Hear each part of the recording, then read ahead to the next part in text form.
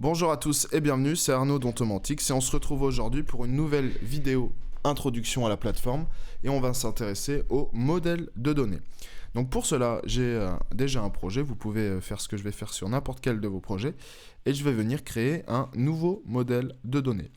Donc ici, première question, vous avez le choix entre deux solutions, soit créer un nouveau jeu de données, c'est ce qu'on va faire. Ça nous permet de concevoir le modèle de données directement depuis la plateforme Ontomantix.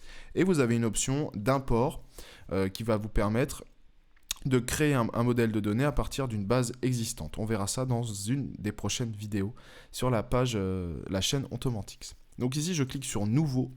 Je vais nommer mon modèle de données, donc Introduction, ça me va très bien. Et ce qu'on va faire pour rendre ça sympa, on va faire un petit cas d'usage où on va vouloir créer un modèle de données avec une entité contact et une entité entreprise pour lier mes contacts à une entreprise. Ça va nous permettre de dérouler l'ensemble des fonctionnalités. Donc ce qu'on va commencer par faire, assez simplement, c'est de créer ma première entité contact. Donc sur cette entité, on va trouver quelques options. Créer une clé primaire dénommée ID. Donc ça, on va le voir que quand on va sauvegarder, on aura déjà une clé primaire de câblée sur notre entité. Et puis laisser la base de données gérer l'auto-incrément. Pour être honnête, c'est quelque chose ces deux options, on ne se pose pas trop de questions. Moi, depuis 8 ans, je les coche à chaque fois. Donc je sauvegarde ici. Vous avez donc ici votre ID en clé primaire qui s'est créée. On va pouvoir ici, alors j'ai fait une petite typo ici, je vais mettre contact de manière bien écrit, voilà. On va venir ici créer un nouvel attribut pour ma table contact. Donc pour cela, je vais ici sur contact. Alors soit je passe par ici, soit je fais un petit clic droit et je fais nouvel attribut. Donc je vais mettre un nom. Alors on va juste mettre ça, hein. Donc mettre le prénom du contact. Et sur cet attribut, je suis allé un peu vite en besogne, on va retrouver des options. Donc vous allez pouvoir cocher clé primaire. Là, c'est vraiment pas utile, on en a déjà une. On va pouvoir dire si oui ou non la donnée est obligatoire à la saisie. On va pouvoir préciser si on veut renseigner une valeur par défaut sur cet attribut. Et puis après, vous allez avoir les options, la sélection du type notamment, avec tous les types courants d'une base de données relationnelle, hein, puisque pour rappel, on gère l'ensemble des bases de données relationnelles, Postgre, Oracle, etc. Donc on va retrouver les types gérés par ces bases de données. Vous avez un petit type avancé ici qui vous permet de voir de nombreux types qui sont moins utilisés couramment. Donc c'est pour ça que par défaut, vous voyez que les types les plus couramment utilisés. Et vous n'avez plus qu'à sauvegarder votre attribut. On va venir créer tout pareil une deuxième entité qu'on va appeler entreprise. Alors en voulant aller vite, je vais pas vite. Entreprise, donc comme je vous ai dit, on laisse cocher les options initiales et on va venir créer un nouvel attribut nom.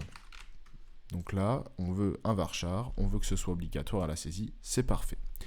Donc ce qu'on va vouloir faire maintenant, c'est câbler et lier nos deux entités entre elles, enfin plutôt lier contact à l'entité entreprise, autrement dit faire une clé étrangère. Donc pour cela, on se dirige sur la table en question et on vient utiliser une nouvelle clé étrangère.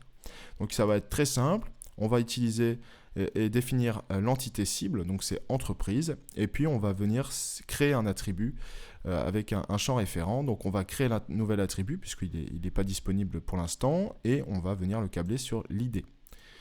Vous avez des options lors de la suppression d'un enregistrement et de la modification d'entreprise. Je vous laisserai parcourir l'ensemble des options. Il va être probable qu'on fasse une vidéo là-dessus. Je sauvegarde ici et magie, vous retrouvez ici la clé étrangère qui s'affiche avec la contrainte qui est également visible. On a presque fini notre petit modèle de données. Ce que j'aimerais, c'est que le nom ici d'une entreprise soit unique et qu'il n'y ait pas 3 fois Ontomantix dans mon référentiel. Donc pour cela, je peux très bien aller dans Entreprise et rajouter une nouvelle contrainte d'unicité. Il ne va plus me rester qu'à choisir l'attribut. Ici, c'est non, je valide, je sauvegarde. Et vous voyez que la contrainte d'unicité se retrouve ici et matérialisée par le petit 1 dans la bulle de l'attribut. On est tout bon. On va pouvoir par exemple voir des diagrammes si vous le souhaitez.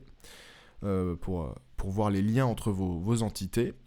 Une petite subtilité, c'est que vous pouvez également classer vos entités dans dossier. Donc ici, c'est pas vraiment nécessaire, on n'a que 2 entités. Quand vous commencez à avoir un modèle de données à 50-60 tables, il peut être très utile d'utiliser dossier pour classer ça en fonctionnalité, par exemple. Mais en tout cas, on est bon. Donc on va pouvoir aller à la racine de notre modèle de données et venir le lier à une source de données. Hein, pour rappel, un modèle de données, c'est quelque chose entre l'application et la source de données physique. Donc là, on va venir le déployer sur notre source de données physique. Donc j'ai créé une source de données. Je vous invite à aller voir la vidéo accès aux données pour en savoir plus sur la gestion de vos sources de données. Et donc, il ne va plus me rester qu'à déployer tout ça. Donc voilà, si vous allez sur détail, vous allez voir les requêtes qui ont été exécutées sur votre serveur de base de données. Et donc ici, on retrouve la structure de la base de données et la structure du modèle de données qui est synchronisée, qui est identique. Si vous allez, si un client vous demande après j'aimerais gérer le mail, vous allez pouvoir être en mesure de rajouter l'attribut. On va voir qu'automatiquement ici le modèle n'est pas synchronisé. On retrouve l'attribut qui pose problème entre guillemets. Vous allez donc devoir redéployer ou mettre à jour. Alors j'ai fait un petit lapsus, il faut plutôt mettre à jour que redéployer, puisque redéployer va en fait vous effacer puis redéployer le modèle de données, hein, c'est ce qui est marqué en message d'aide, donc ça c'est à faire très très attention avec ça, et en prod jamais utiliser redéployer. Nous ce qui nous intéresse c'est juste pousser notre nouvel attribut sur notre source de données, donc on fait mettre à jour. Donc ici si je vais dans contact, je vais retrouver mon mail. Ce qui nous reste à faire en quelques secondes ici, c'est de venir charger notre base de données, notre modèle de données, comme ça on aura des informations pour la prochaine vidéo. Donc ici je vais mettre en entreprise Ontomantix. Hop, alors je suis allé un peu vite, je vous ai même pas dit comment j'ai fait. Donc vous pouvez directement dans structure, faire un clic droit, afficher les données et vous allez avoir les éléments d'un CRUD basique, donc modification, ajout, suppression, etc.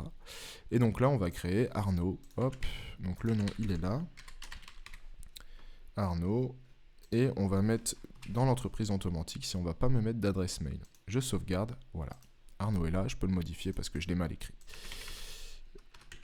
Alors, petit problème de majuscule. Voilà. Je sauvegarde.